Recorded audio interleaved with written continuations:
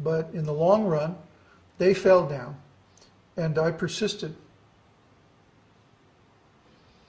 So the difference is this understanding. Please take this very seriously.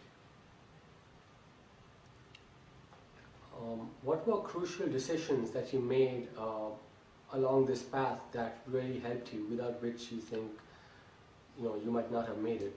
Oh, definitely. The biggest decision I made that helped me was to go my own way and not listen to other people, but take my own conclusions and approach the subject in the way that I felt was best. That may not work for everybody. I was sort of like genetically engineered to come to this realization, this understanding. My background in music, for example. Music is tremendously important. You must learn music very, very well, at a very deep level, to understand rasa. I think it's the only way that someone living in this material world can actually realize the truths of rasa tattva before actual spiritual realization. So I would say one of the main decisions, which really wasn't a decision, to learn music. I was attracted to music from the beginning. We had a piano in our home growing up, and I used to spend many hours exploring the piano. In other words, banging. I don't know how my parents took it, I'd go crazy if somebody did that. But by the time I was 12 or 14 years old, I was quite comfortable with the idea of writing music, and my first career was as a composer, and the questions that came up as a result of my composition work led me to the highest conclusions of spiritual life. But this was more or less good luck, or agnata sukriti, past pious activities that I have no idea what they are. But I was always attracted to the Indian lifestyle of simplicity and purity.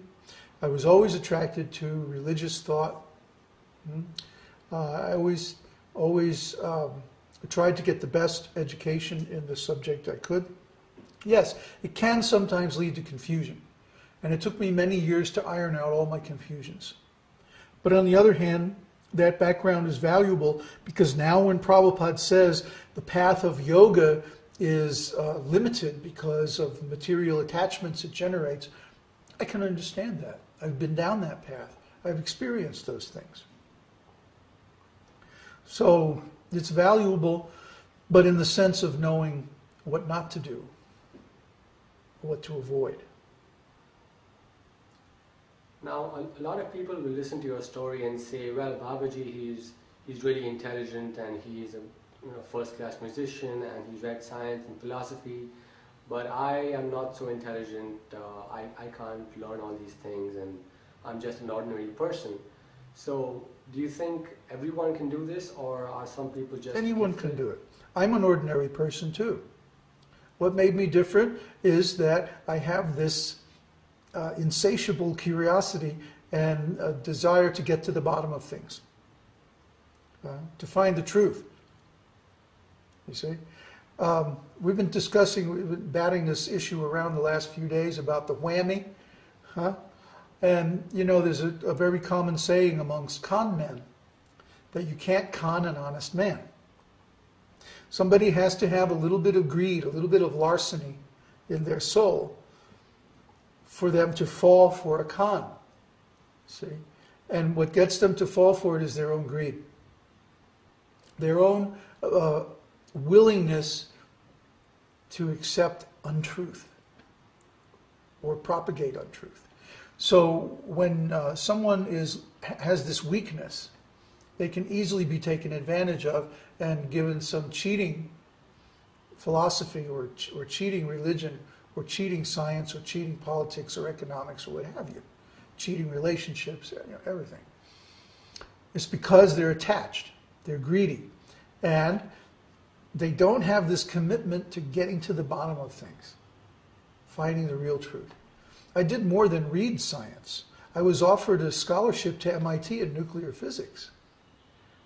I had some very innovative science projects, won science fairs, and wrote, prize-winning essays on physics.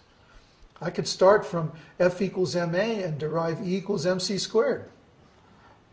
Physics is great. You only have to know 2 or 3 equations and you can derive the whole thing. But just as I couldn't see myself being an ordinary minister or church leader or something like that, neither could I see myself being a scientist, a material scientist, because I already knew life had some higher dimension, some spiritual dimension. Most of these guys are atheists. Plus, I didn't want to get involved in weapons research and all that.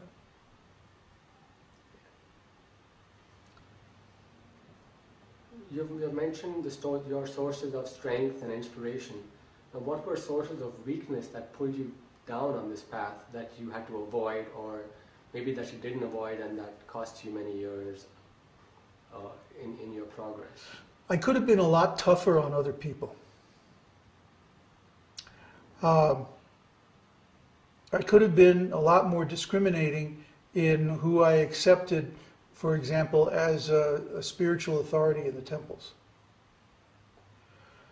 I could have insisted on serving Srila Prabhupada and nobody else. Well, actually, I did. But I didn't want to leave the US and go to India. But in the end, I had to anyway. And India was very hard on my health. With my physiology, I'm very prone to stomach diseases. And of course, in India, there's plenty of opportunity for getting parasites and all kinds of things. And I got all of them. So every time I went to India, my health fell apart. I'd last, 2 or 3 years, and then I'd have to drag myself back to the US and put my health back together again. And of course, ISKCON didn't want to help with that at all. It was completely on my own.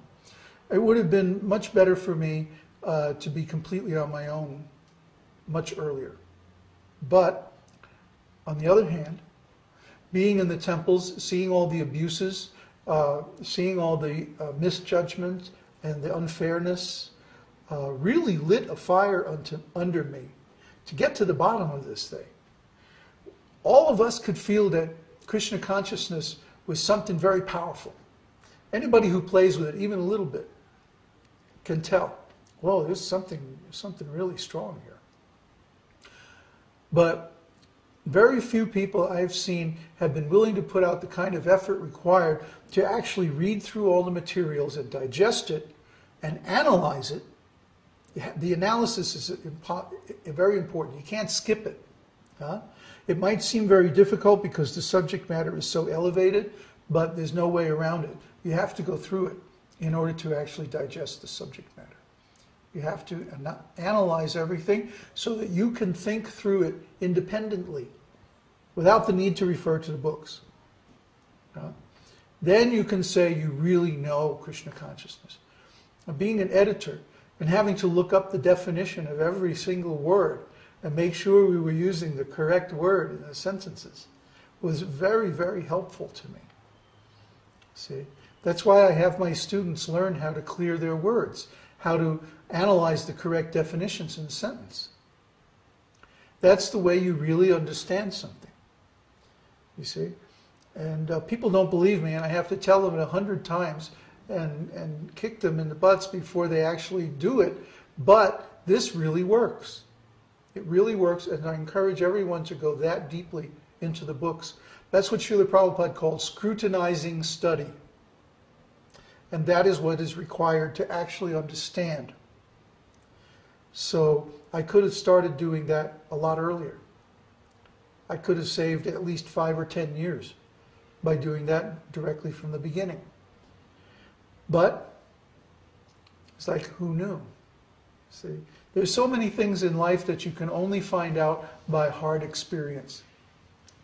And then, you go back and you look back and you say, oh, I could have saved so much time if I had just done this and this and that. Hindsight's always 20/20, but when you're in the middle of it, sometimes, well, it's not so easy. But I did the best I could, and I have no regrets. Now, as you went on, did you find yourself progressing at a steady rate, or did you find that you would make some progress and then for 5 years you would find that there's no progress, or you would feel that there's no progress? Yeah, this is very common. But you should look in yourself and always find that you're making some progress somewhere. You can always do something. What I can't understand is devotees or people in any field who are content to just stay with the same understanding or the same level of practice indefinitely. It's like, how can you stand that? You know, there's always something you can be doing, some edge